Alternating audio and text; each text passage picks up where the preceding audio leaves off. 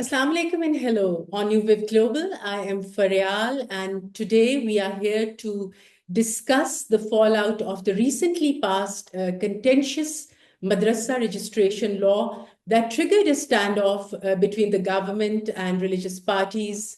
We'll talk about madrasa reforms and the ambivalence around the role of madrasas in Pakistan, a conversation that is very relevant in these times of heightened militant attacks in the country.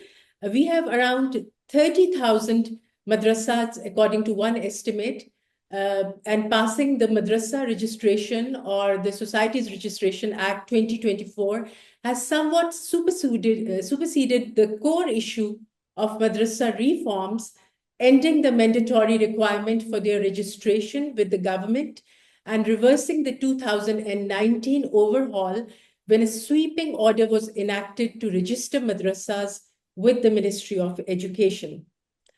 I'm honored to have here with me Dr. Masooda Bano, author, professor of development studies, and senior researcher at Oxford University, Oxford University's Development Institute. Her books and monographs include Female Islamic Education Movements and the Rational Believer, Choices and Decisions in the Madrasas of Pakistan and Female Madrasas in Pakistan, a Response to Modernity. Dr. Bano, thank you very much for joining me. And just a slight bit of, I think I need to repeat that you are basically a researcher at Oxford University Department of International Development. I'm really sorry for that.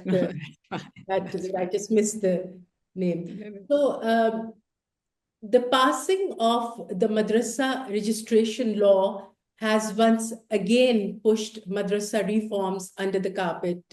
This is what the mood is here in Pakistan. This is what most people are thinking. And the move might have jeopardized years of progress towards bringing madrasas under the government's regulatory umbrella, as madrasas would again be registered like before 2019 under a colonial era law, which of course has been amended, that governs basically charitable and educational groups, providing little scrutiny of curricula or activities or funding.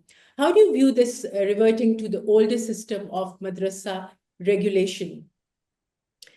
Actually, it depends.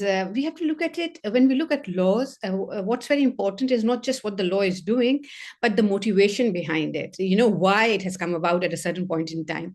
And that's why I can relate to the concern right now, because it's the way it has been agreed. It's a lot to do with the pressure that came from the Jamaatul Ulama party, and that they wanted to defend their turfs, which is the madrasas.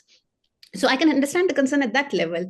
But otherwise, to be honest, I'm not that concerned, because I've been following madrasa reform efforts since 2001. Because post-September 11, when I was working on my book, The Rational Believer, the West had a lot of interest in reforming madrasas because of September 11. And as you know, Musharraf was in power. So this debate started then, and I've been following it since then.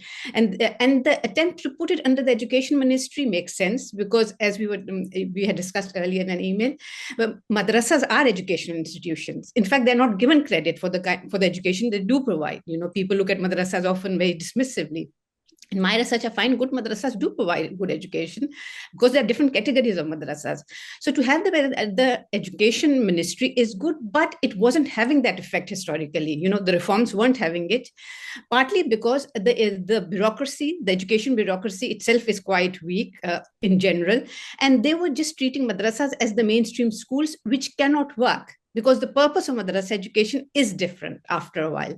This is something we can discuss further if you want to discuss about what is covered in the madrasas. That point, so exactly. So just to briefly sum up this particular question is this, that yes, they should be under the, ideally in a good scenario, even like the previous government was trying to do just before this government came in power, to bring one education curriculum, bring madrasas into it. All of those efforts are desirable, provided we do remember that madrasas have a different, historically, they have a rich intellectual tradition, going back to Islamic earlier intellectual legacy. And what is the focus when we say, oh, madrasa should do same education as schools? If the attempt is to make them another school, what is the purpose? So this is the kind of debate I think we can discuss a bit further. In fact, this is my next question, that from an academic's point of view, since you are an academic, do madrasas qualify as educational institutes, considering that they don't offer mainstream subjects, as you yourself just mentioned, like sciences and mathematics, despite being encouraged to do so under efforts to reform?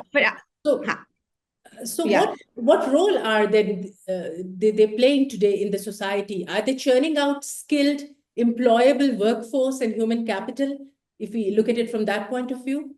The issue is that when I said that a lot of them might not, like, is the idea is to make them schools just like regular schools. I was not trying to say that they don't teach like some of the school subjects, because in fact we have to appreciate there is a hierarchy of madrasas, just like you have mainstream school system. So just like you have the primary schools, secondary schools, and then the universities, the bigger jamias, some of them in Karachi and in Lahore, and even in Rawalpindi, other cities, but especially in the big cities where the capital is, where the merchant class exists, who can fund the madrasas. Historically, you have funded madrasas. You have madrasas which are very high level education. So first of all, to have high sophisticated education in your Islamic sciences, which are very complex. As modern Muslims who are very divided, they are partly secular, partly Muslim, they don't realize that Islamic education itself is very complex. You know, the mantiq, the fiqh, all these traditional Islamic subjects are demanding as you go up higher the level. And the bigger madrasas do that. And you need scholars who can fulfill your religious needs in a society. Even Western so-called Europe, the churches, whether it's in Germany, whether in France, which is seen to be so secular, state is still supporting, funding a lot of these institutions. Do you understand? Because there is a religious need in in any society, and the good madrasas are fulfilling that need. We need to understand it, right? Secondly, also the point that the bigger madrasas, and my book shows that the evidence, majority of you cannot do the higher Islamic sciences without at least having the basic other subjects, literacy ability, which comes from fine English they cannot do, but most of your state children cannot do English that well.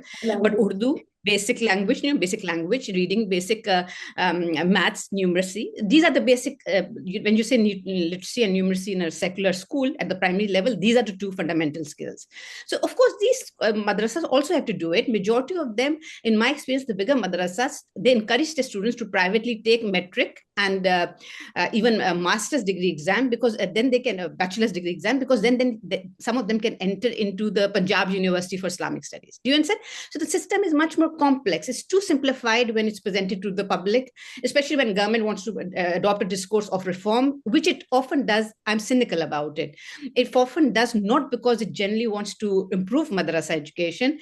It does it mostly to appease Western pressures.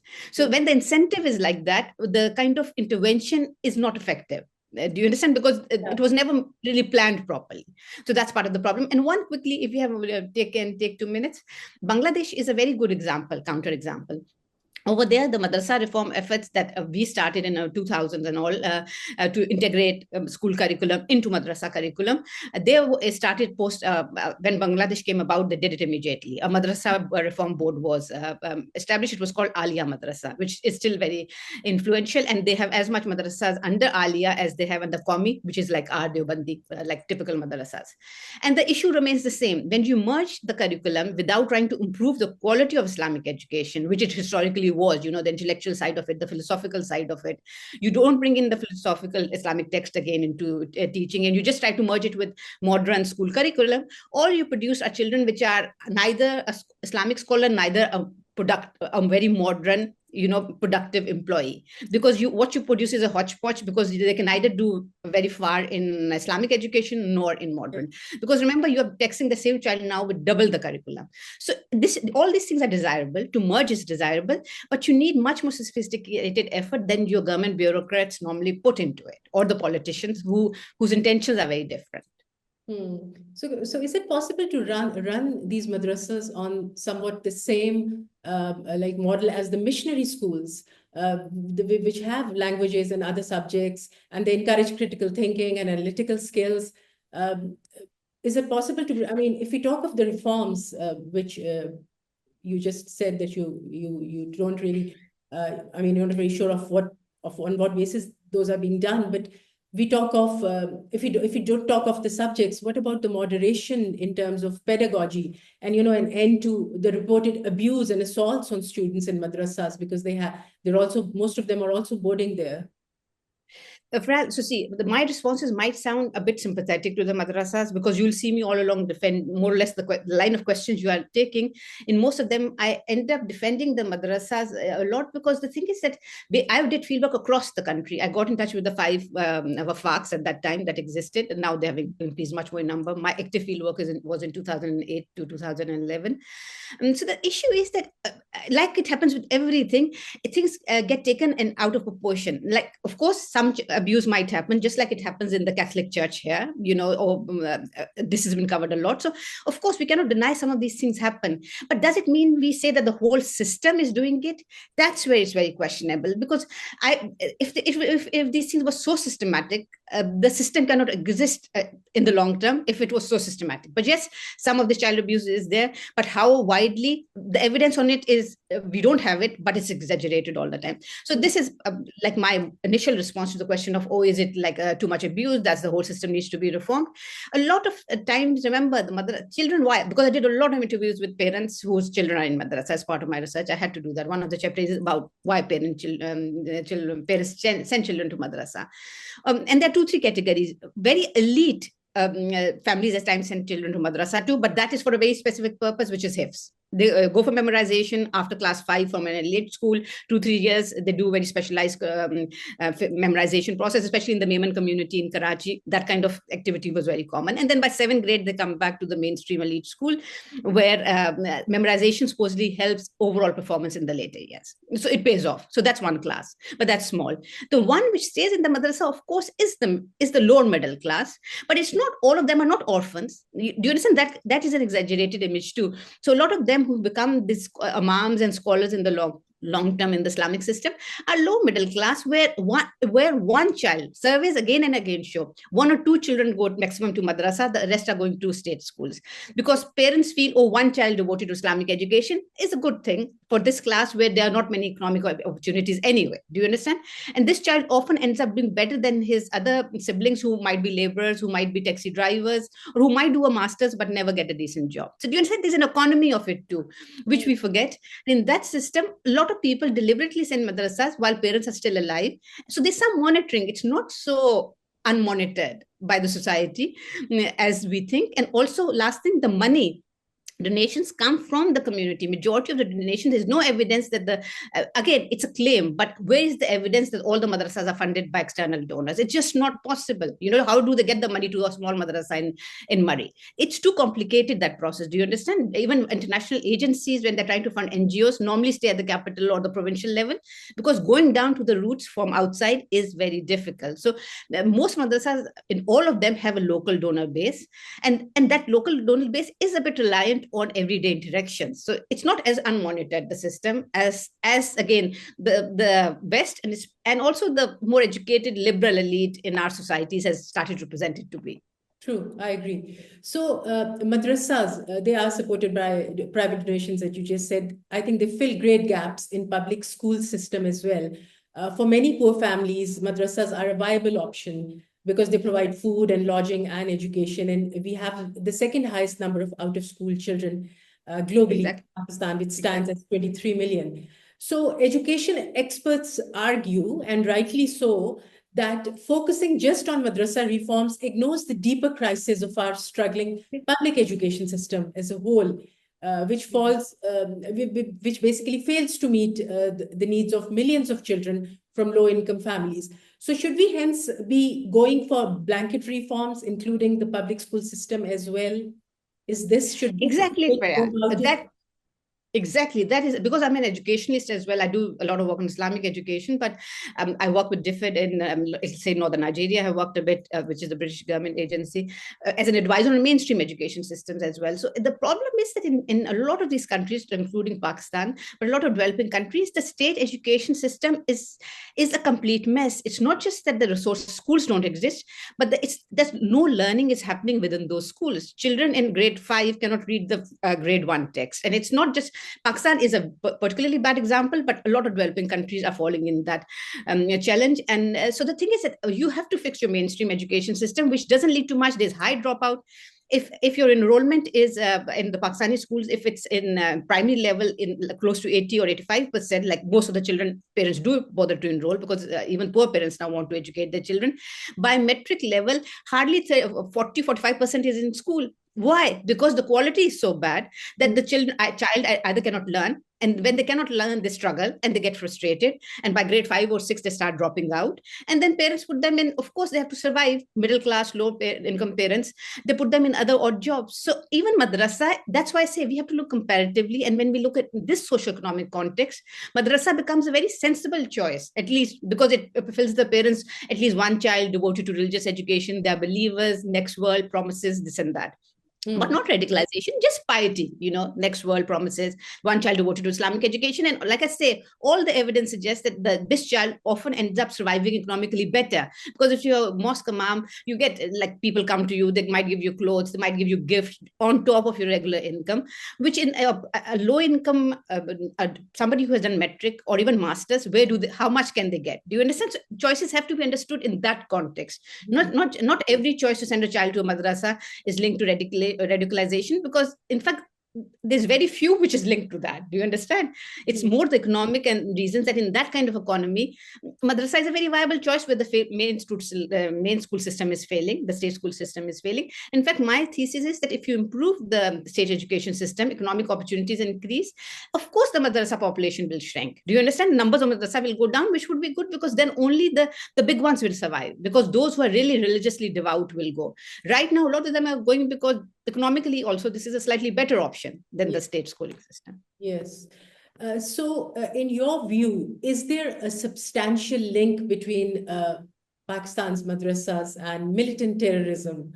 Or has the link been inflated by the Western media, by scholarly works, in an attempt to sort of indict madrasas as the genesis of violent Islamic radicalism, something also, if I'm not wrong, I think alluded to in some of your research that I came across. Or do you think there's a sizable link between the two? Actually, again, on that one, when you look at the evidence, there's very limited evidence. That is the whole issue. All of these issues, like that's why I said, by the end of it, you might think, oh, I'm sympathetic to madrasas, but I'm a researcher, so I can only go by, not by the media reports in the West or here, but in terms of what evidence we have. And when you look at the evidence, see, even in the Pakistani case, global evidence, I'll tell you in a little while about the global evidence too, but also starting with the Pakistani one, the claim started partly because post-September 11, Al-Qaeda was given protection by Taliban. And Taliban, yes, they graduated a lot out of the Deobandi madrasas, especially in Northwest. Jamia Khania, as everybody knows, was named a lot. But that doesn't mean that. First of all, it doesn't mean the Taliban were promoting jihad in the sense like the way jihad is discussed in the broader level. So, I mean, that's a very complex debate. We can go into Taliban per se, but all I'm saying is I don't want to go into it directly right now because that's a slightly more complex debate. But the thing, whether Talibans are really jihadis or not, I mean, that's a separate debate. But the thing is, yes, that's how the claim started. I'm just trying to remind ourselves that, madrasas, Pakistani madrasas and all are all for jihad. So first of all, it was a lot of the madrasas on the frontier belt, different culture, tradition, and the fighting had slightly different dynamics, not just Islam per se. It was defense of the land as well in the case of Taliban. Beyond that, in our own evidence, all the evidence we have, whether you look at the data on Pakistani, what we call militants or jihadis, whichever side you are on. One is a more positive term, jihadi, the other, like for the Muslim side, and militant from the more secular Western side, which is a negative term in this context.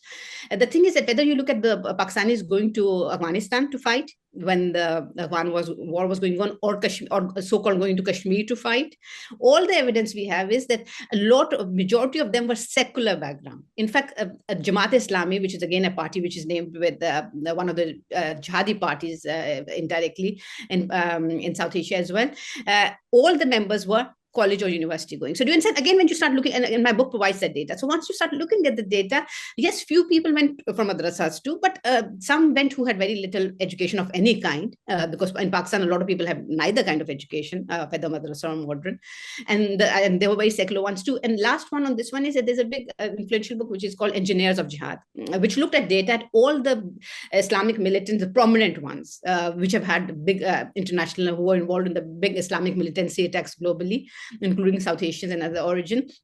And they're saying that all of them are highly educated individuals. That's why the engineers of jihad, because in fact a lot of them came from the sciences background. So it's a very complex debate. Yes, madrasas can lead to militancy too, but then secular universities can lead to militancy too. So the issue is what leads to it. It's not the institution. It's other causes, which is a lot to do with the global politics of it. Because the motivated ones, especially these engineers and all, when you look at their debates, their statements and all, it's a lot about global grievances, about US biases when it comes to Israel or Palestine debates, which are still alive because it's a very biased side they take. So a lot of them are very motivated fighters at the top level. And at the bottom level, people go for different, some go just for the fun of it. They don't have anything else to do. We have that evidence. A lot of the criminal group gangs at times take fun of it. And this is violence in different contexts, not just Islamic jihadi context, that once a dynamic starts, youth, for different kind of reasons can get motivated and go. So again, you cannot tie it to madrasas. There might be one source, but they are not the primary or the only source. Yes. So coming back to the Madrasa Act, the provisions of law, this law, they can cause problems for Pakistan, where international terror financing and money laundering commitments are concerned. And as you said, just said that, of course, none of them we don't have a lot of evidence of that. But nonetheless, as madrasas are allegedly, they supply recruits to the Taliban and other militant groups. And reverting to this older registration system could also undermine counterterrorism efforts in these times of deteriorating security situation and breach international commitments to combat terrorism financing. Now, is this going to affect our standing with the Financial Act task force reverting to this law? I feel in my view it should not, because see, both laws, one is making the fine, moving out of the education ministry is reducing the education compliance standards, whatever, because education ministry can monitor so-called the curriculum better. But in terms of registration and financial accountability, that all, whether you are a voluntary organization or an education institution, you are required to do that. So once you are under one act or the other, if the state wants to monitor properly, it should not be a problem, because even this Societal Registration Act and all, under which all the NGOs also go, supposedly it should be quite, financial regulation is a major part of it. So if the state, first of all, regulates properly, which is in question in Pakistan in general, how well are they in regulating things at this level, but secondly also how it presents itself to the, if the international inquiries come, how do they present their case? They're also not very good at presenting their case, which again is there's a political weakness at our end, because people at times just are securing their own positions or their own interests. So in the process, what is good for the country, how to present the case to defend the country as a whole, it gets often undermined. So if they present the case properly, why should it be a problem? Because after all, they're still going to be under one state law, if not the other. Do you understand? So financial regulations are to be, whether you're a business or a voluntary organization or a madrasa or education institution, financial accountability is part of all regulatory laws. So do you understand? So it should not be that big a problem. Just depends whether the state actually does it, implements it, and how it presents to the external. More a question of implementation than being on one of the two sides. Agreed. That's what I would say. You have authored a book on female madrasas as well. And as we speak, a global moot on girls' education is being held in Islamabad today, which is outlining the shared commitment of the Muslim communities to empower girls through education. Now, often female madrasas are also criticized for trying to subdue young girls in a way so as to sort of disempower and indoctrinate them into total submission, make them meek, So do you think this is so, or do madrasas enlighten enough and empower girls also helping the country overcome the gender literacy gap? So if again on this one, it's again a case of partly the socioeconomic dynamics which drive girls to madrasas. We have to bear that in mind, and then also what they get, the kind of education they get there. The issue is that unlike male madrasas, all the evidence that we have is female madrasas in Pakistan, which have become expanded very rapidly in the last 15 years, because historically there is no tradition of female madrasas in South Asia. It only started since 1980s. And now they're almost 25% of the total male madrasa population. So out of the 30,000 that you're saying, 25% is almost female. So it's a big expansion. We need to understand why it has happened. And the issue is this, that the girls don't come at school at the primary hifz level like the boys. All the female madrasas normally start after metric or bachelor's. So what is happening here, what we found in my own research, is this, that a lot of the parents, because after sending girls to university, even master's or bachelor's level, there is no good jobs in the market. Again, we are talking about lower middle class, the kind of education they've got. They were on state schools, not very good English. So the doors that the education opens eventually is limited. The only upward mobility is still through marriage, a decent marriage, right? So and because of the social media, all of that, the parental fear that girls might have affairs, lose the chance of a positive marriage.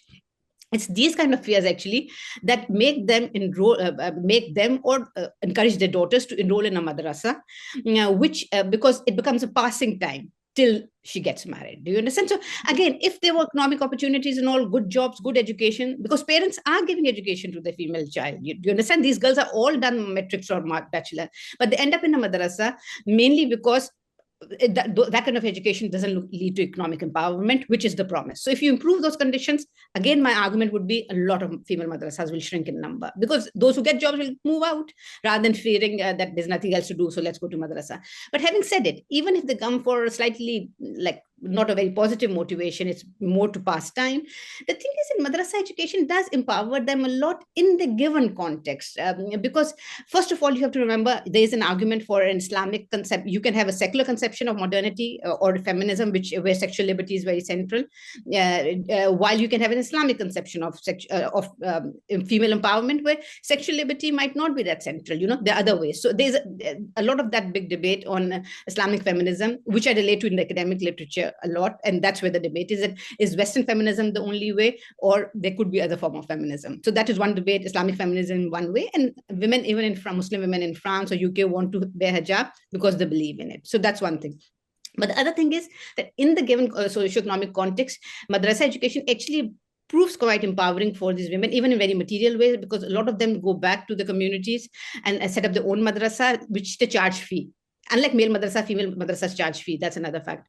So in a way, it becomes a private school that they run. Start making some income out of it. Do you understand? So there was, secondly, psychological empowerment. There's a lot of this evidence we got in the research that because even if a lot of these girls are going to get married, live in what we have, this mixed family system with the mother-in-law. As we know, in the South Asian culture, there's a lot of pressure of the mother-in-law. So these girls, when they have the Islamic education, they feel much more confident arguing back to defend their basic rights, not to fight necessarily, but to defend their basic rights, because Islam gives much more rights to women, or the demands on the husband, than the South Asian culture does. So do you understand? So on the soft measures, we cannot say that they, I would say it still empowers women a lot in their socioeconomic context. But if you give education and employment, better opportunities, a lot of women will be like me and you, I guess, which is this: you have your faith, but you are very engaged with the modern life. So I think that would be the choice. My view would be that. So what do you see as the future of madrasas in Pakistan, in a progressive Pakistan, attempting to move towards digitalization, towards modern technology? Can we expect madrasas to embrace change? Do you think they should embrace change in a fast changing scenario for the development of their students and the country, not just be traditional religious schools? Do you think that's a positive thing to do? No, for sure. So when I defend the madrasa, see, I only defend them in the context of our society. Do you understand, where socioeconomic opportunities are not there? So they are criticized so much without recognizing it, that in this kind of context, they're playing an important role. But that does not at all mean that I'm not for improving. So rather than to say reform, they did what they could in these limited resources after the colonial period, where British cut off all funding to madrasa. And remember, prior to that, in the Mughal period, they had state sources of funding. After, in the colonial period, they were cut off of all state funding and all. Even the degrees were not recognized, which historically they were. If you wanted a good job, you wanted a madrasa degree. Now you needed the Western institution degree. So they were suddenly marginalized. They have survived in giving basic piety and that kind of education at a decent level. So now in the modern world, for sure, they should be supported, rather than saying we need to reform, which is a negative term, which puts them off when you do interviews, which I understand in all countries when I talk to Islamic scholars. But across Muslim countries, there's a very similar. I go to Nigeria, I go to Bangladesh, I go to Muslim communities, West Bengal in India, and multiple places. There's a similar debate that how can we revive the more intellectual, philosophical, those tradition of Islam, because after all, Islam had Al-Ghazali, it had Al-Farabi, all of these, Ibn Rushd, very rationalist, progressive scholars, but they're not covered in these texts.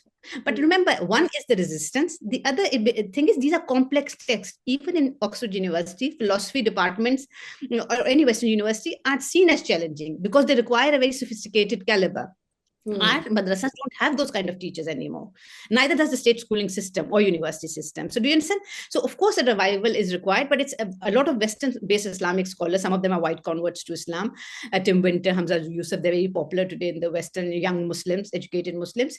And they are saying what you need is a revival, not a reform. Reform means you have to change it because there's so many problems with Islam. The other bit is, no, you have to revive the old system, the classical system, which was intellectually rigorous. Now, of course, Pakistani madrasas are very way far away from it, but but if the effort for sincere on the state level, there's so many institutions now, especially coming up in the West, that Tuna College, led by Hamza Yusuf in Berkeley, Tim Winter, again, a white convert leading one, and Cambridge Muslim College, who are trying to revive that scholarship, and they're very happy to reach out, share their curriculums.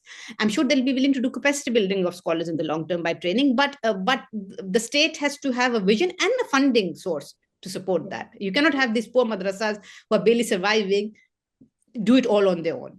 Yes, and I think madrasas, they have an educational tradition which was once associated with a lot of logic and debate, like you. Exactly.